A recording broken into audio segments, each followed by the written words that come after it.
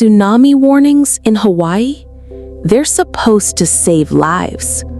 But this story, they hide a secret no one talks about. In 1985, 19-year-old Diane Suzuki walked out of a dance studio in Aiea and vanished. No struggle, no trace. And the most disturbing part? The clues were there. The warnings. Not the sirens, not the ocean. The other warnings. Signs this quiet Hawaiian town ignored long before Diane disappeared. And if you think this case is just another cold disappearance, wait until you hear the twist. Imagine this. You're standing on the shoreline of Oahu. The ocean is calm. The sun is melting gold across the horizon. Then, out of nowhere, you hear the sirens. A tsunami warning. Locals don't panic. They've heard it before. But here's what's chilling. The night those sirens wailed in July 1985, a 19-year-old college student, bright, ambitious, and loved by everyone, vanished from her dance studio. No forced entry, no blood, no struggle. Just gone. And what investigators found in the days after? It doesn't make sense. It doesn't add up. And it might be why this case has been buried for decades. Diane wasn't reckless. She wasn't the type to vanish without a word. She was a student at the University of Hawaii, majoring in dance. Her friends described her as the girl who made every room brighter. On July 6, 1985, Diane headed to the dance studio in Aiea for practice. She smiled, she laughed, she was planning to meet friends later that evening. She never made it. At 9 p.m., Diane's car was still in the parking lot. Her purse, her keys, everything untouched. It was like she had stepped out of existence. Police arrived. They searched the building. Nothing. No broken locks. No sign of a fight.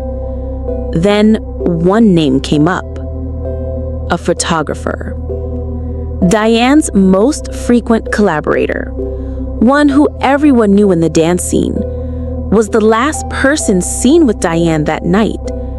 He was known in the area, charismatic, always around the dance studio.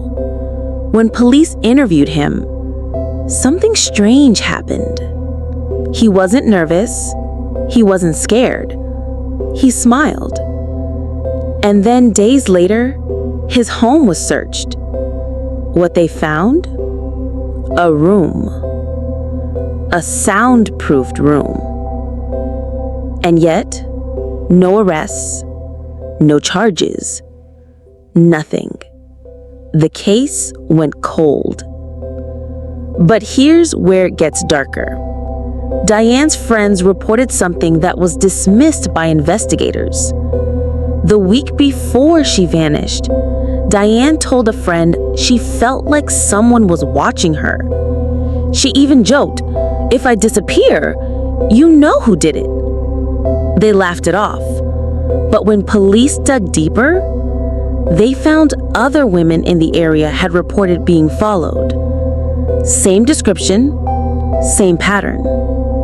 And yet, every lead went nowhere. Why? Because according to official records, investigators never got enough evidence to press charges. But here's the thing. Years later, retired detectives admitted, off the record, that they believed they knew exactly who did it. They just couldn't prove it. Now, you're probably wondering, what does this have to do with Hawaii's tsunami warnings? Because every time the sirens go off, the people who knew Diane remember. They remember the night she vanished. And here's the strange part. On that very night, just hours before Diane disappeared, a tsunami warning was issued. And guess what? The photographer lived in a house on higher ground, the kind of place people evacuated to when the sirens went off. Coincidence? Or cover? Because if you were planning something, what better time than during a citywide distraction? Now, this is where things explode. In the late 90s, police revisited the case. Advances in forensic tech brought hope. They dug through old evidence, interviews, witness statements, and then a sealed box.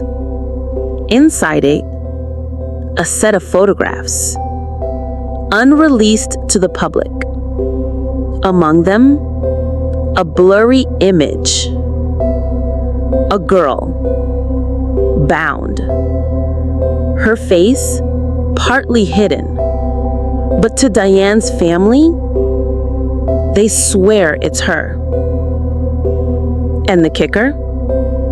The photo was allegedly found in the home of the same photographer, the one who smiled through every interview. But here's the catch. The evidence, it was lost before it could ever be presented in court. Now, here's where it gets terrifying. Because just last year, nearly 49 years later, a new witness came forward. They claimed they saw something the night Diane vanished, something the police ignored. And if their story's true, it could rewrite everything we thought we knew about this case. But the question is, why are they only talking now? And what exactly did they see? A new witness. And what they revealed changes everything. A witness. After 39 years of silence, someone finally speaks. And what they say, it's not just disturbing. It's the kind of revelation that rips open a case people thought was long dead. This is the twist you weren't ready for. He doesn't want his name out there. But this man, now in his 60s, swears that on the night Diane Suzuki vanished, he saw something near the Gant studio. Something that kept him awake for decades. His words are exact. I saw her. She was in the back of a car. She looked scared. The car? Dark. No plates. And here's where it gets worse. The driver matched the description of the photographer. The same man who passed through every police interview without consequence. But why didn't this witness come forward back then? Fear. He claims he told an officer the very next day, but the response he got, "We'll take care of it." Nothing happened. The statement, never logged. His name, nowhere in the file. And for 39 years, he stayed silent. Until now. The witness's story triggered something unexpected. A deep audit of the case files. And buried in the evidence locker, a box marked miscellaneous. Inside, documents, old photographs, and a single audio tape. What's on that tape has never been heard publicly until an ex-detective leaked it to a journalist last year. The recording? An interview with the photographer. And in it, there's one chilling moment. The detective asked him, "Did you take Diane Suzuki home that night?" Long pause. Then the sound of a laugh. Low, cold, almost amused. And his answer? The police called it non-incriminating, But if you listen closely, it doesn't sound like a joke. It sounds like a man daring them to catch him. Now here's where the story takes a darker turn, one that almost nobody outside of Hawaii has heard before. Former investigators say there was pressure, serious pressure to close the book on Diane's case. One officer, speaking anonymously, said, "We were told to stop wasting resources.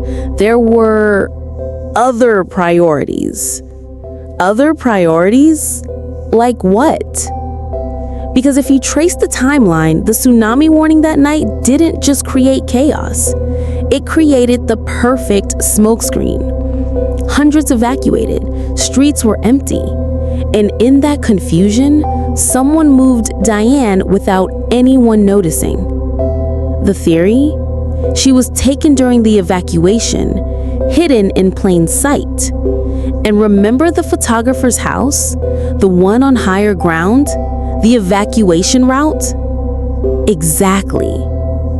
But here's where the story explodes.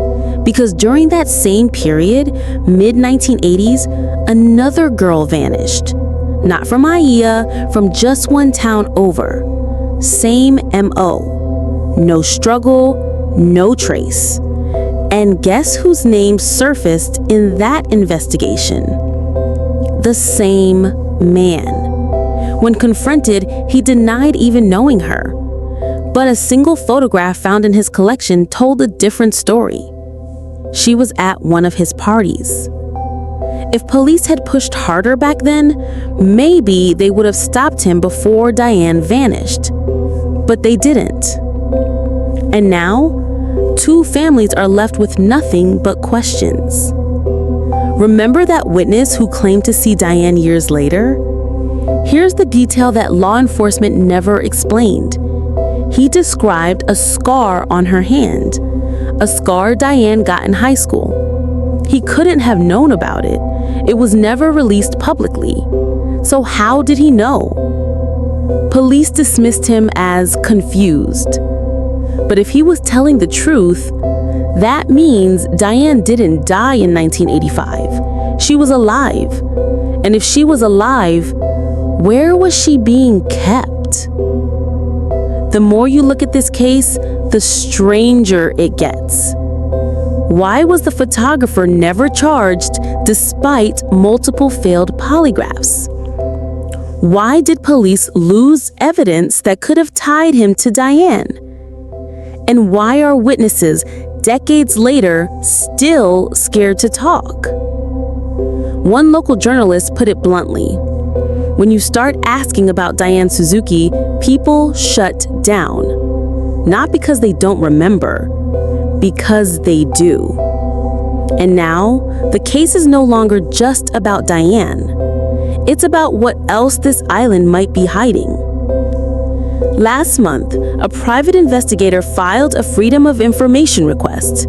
He wasn't expecting much, but what he got was a sealed photograph, labeled simply Suzuki 1986.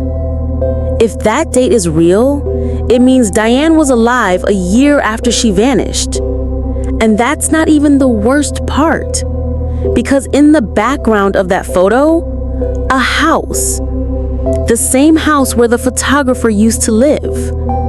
And if this is real, if this is Diane, then the story of her disappearance isn't just an unsolved case. It's a nightmare that's been hiding in plain sight for 40 years. Locals don't like to talk about it. One neighbor even said, "We call it the quiet house because nothing ever comes out." But here's the part that will chill you. When the private investigator approached the property, the mailbox still had his name on it. Through legal means, the property was eventually searched.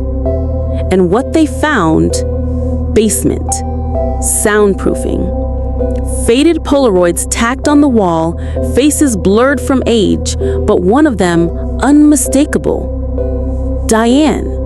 Same eyes, same scar. The date scrawled in pen, 1986. But it gets worse, because in one corner of the basement, there was a door, and behind it, a hidden room. No windows, no furniture, just restraints on the floor and the smell of rot in the air. No Diane, no remains, just silence. The police sealed the room. They won't say what else was inside. They won't release the photos.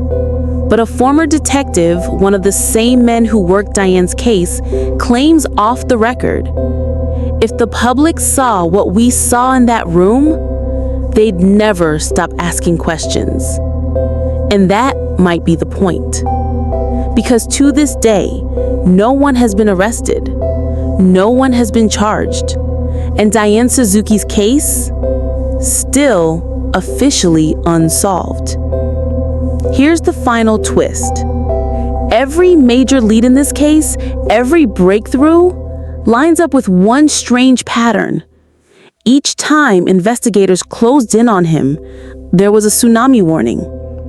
Every time the sirens wailed, the trail went cold.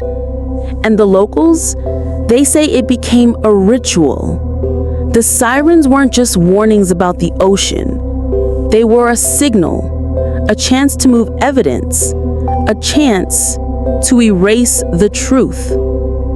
Today, Diane's family still waits for answers. The witnesses live in fear, and that house, it's up for sale. Which means one thing: someone could walk through that door tomorrow. And maybe, just maybe, they'll find the one thing the police never did. Because there's one last piece of evidence we haven't told you about. Something that was recovered from the basement and never released to the public.